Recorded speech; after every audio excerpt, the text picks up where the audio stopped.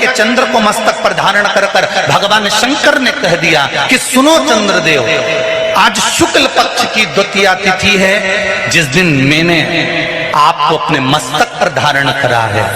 जो भी शुक्ल पक्ष की द्वितीया तिथि को चंद्र का दर्शन करेगा, उसकी जिंदगी में कभी रोग से वो ग्रसित नहीं होगा। हम पहले भी कथा में कहे, आज फिर कहते हैं, जिसकी लीवर, किडनी, जिसकी काया बेकार हो रही हो, चमड़ी सफेद पड़ रही हो, काले काले छट्टे पड़ रहे हो, सोराइसिस जैसी बीमारी हो गई हो, कैंसर जैसा रोग हो गया हो, बड़े से बड़ा रोग, अगर किडनी, लीवर कितना भी बेकार से बेकार हो गया, डैमेज से डैमेज हो गया, उसको शुक्ल पक्ष के द्वितीया चंद्रमा का दर्शन करना चाहिए। और शुक्ल पक्ष के द्वितीया चंद्रमा का दर्शन कर प्रदोष काल के समय पर, कौन सा काल? शाम के समय। प्रदोष काल मालूम है सबको? सूर्य जब डूबता है उसके 45 मिनट पहले से सूर्य डूब जाए उसके 45 मिनट बाद।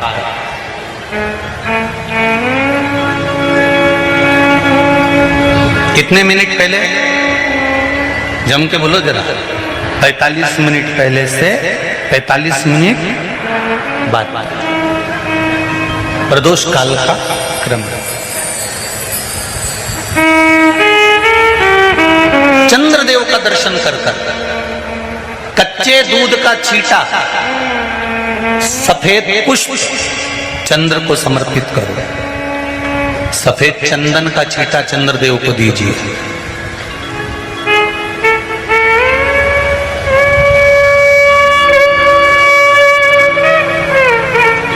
और चंद्रदेव को छींटा देने के बाद जो दूध है उसका छींटा अपने तन पर लीजिए। सफेद चंदन थोड़ा सा अपने शरीर पर लगा लीजिए। कितना भी विषम से विषम रोग हो, कितना भी किडनी, लीवर, चाहे कैंसर जैसा रोग हो, मेरा चंद्र शुक्ल पक्ष के द्वितीया के चंद्र में शंकर भगवान स्वयं विराजमान होकर अपने भक्त को रोग से मुक्त करते हैं। द्वितीया के चंद्र।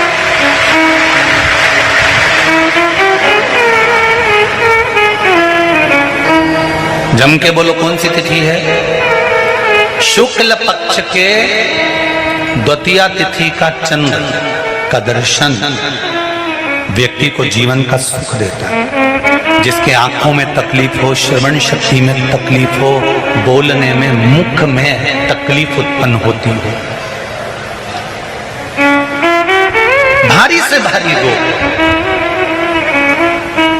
शुक्ल पक्ष की द्वितीया तिथि को भगवान शंकर ने चंद्रदेव को अपने मस्तक पर धारण करा। तो शंकर भगवान ने कह दिया, सुनो चंद्रदेव, आज शुक्ल पक्ष की द्वितीया तिथि को मैंने आपको अपने मस्तक पर धारण करा है। संसार में रहने वाला, मृत्यु लोक में रहने वाला, चाहे देवलोक में रहने वाला, चाहे जिस लोक में वो निवास कर रहा है, अगर शुक्ल पक्ष के द्वितीया तिथि के चंद्रमा का दर्शन करेगा तो वो रोग से मुक्त रहेगा।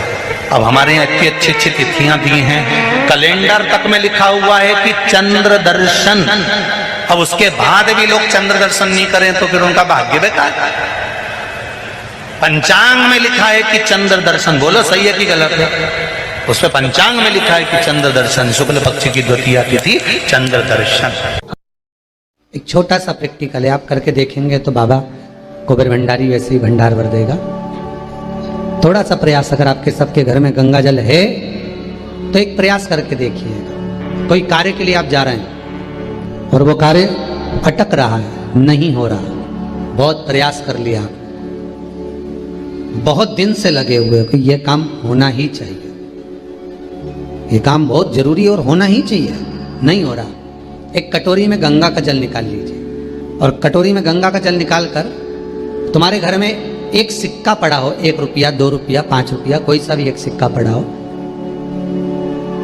जो भी सिक्का पड़ा हो, कुंदकेश्वर महादेव का नाम लेकर, जहां परिंडा होता है, पानी का मटका होता है, पितरों का स्थान होता है, हंडा भरते हो, मटका भरते हो, उसके पास में उस कटोरी को रखकर 1 का सिक्का, 2 का सिक्का, 5 का सिक्का, 10 का सिक्का, जो तुम्हारे पास सिक्का पड़ा हो, जो भी तुम्हारे पास पड़ा हो, वो सिक्के को हथेली में लेकर कुंदकेश्वर महादेव का नाम लेकर उस कटोरी में डाल दीजिए और उस जल को नैनों से लगाकर आप काम के लिए निकल जाइए। वो काम आपका सफल होकर ही रहेगा, छूट नहीं सकता।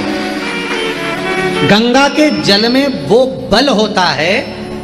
और आप जो सिक्का डाल रहे हो वो ये समझ कर डालें कि कुंदकेश्वर महादेव को मैं गंगा में स्नान करने के लिए, हमारे यहाँ पहले हमने भी देखा, आपने भी देखा होगा, किसी जब बारिश नहीं होती है या कोई काम अटक जाता है, जब बारिश, तो क्या करते थे पहले के जमाने में कि मंदिर को पैक कर दे, उसमें पानी भर दे शंकर जी के ऊपर।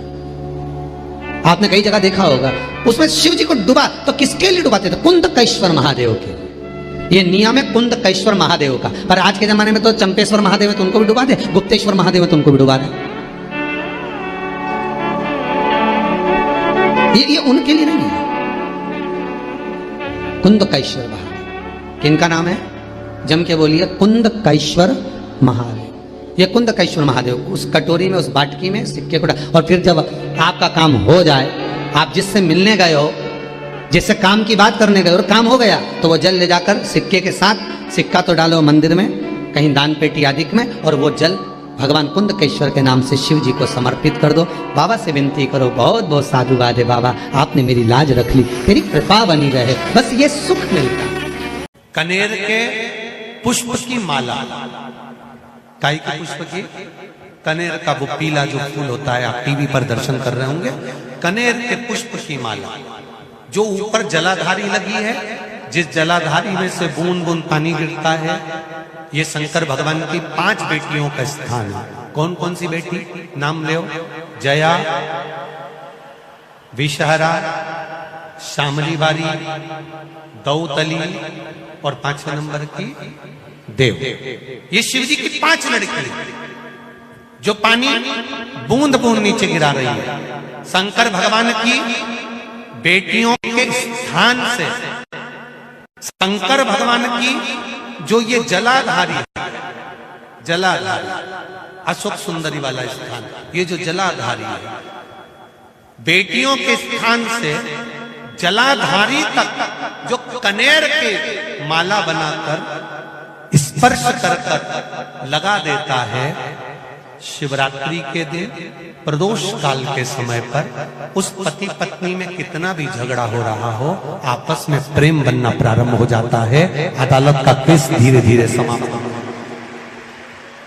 अदालती कार्रवाई। यहां तक कहा गया कनेर का पुष्प, भाई भाई में विवाद हो रहा हो, जमीन के लिए विवाद हो रहा हो, किसी प्रॉपर्टी के लिए विवाद हो रहा हो, या किसी अन्य विवाद में पड़े हुए हो, या तुम्हारे दुश्मन बढ़ रहे हो, तो भी कनेर का पुष्प शिव को समर्पित किया जाता है। कनेर सुख प्रदान, आनंद, जिसको कोई ना पाए उसको मेरा महादेव पाए। महाराज खाली न जाता कोई दर से तुम्हारे, मैं भी खड़ा हूं नंदन पाए, अपने हृदय लगा लो, गिरा जा रहा उठा लो। शिव कथा कल कोई माता जी ने पत्र लिखा था, उसमें लिखा था गुरुजी हमारे पत्र नहीं पढ़ते। पत्र बहुत सारे रहते हैं, हम प्रयास करेंगे कल की कथा में आपके पत्रों को भी लिया जाए। नए पत्र आएंगे, उसके साथ आपके पत्र भी कल की कथा में हम लेंगे, प्रयास करेंगे। भगवान शिव की कथा करें। दूसरे नंबर का पुष्प, पहला कौन सा है? बोलते जाओ, पारिजात। दूसरा कनेर का पुष्प, सुख प्रदान करना, आनंद, शिव की प्रियता में भी प्रिय।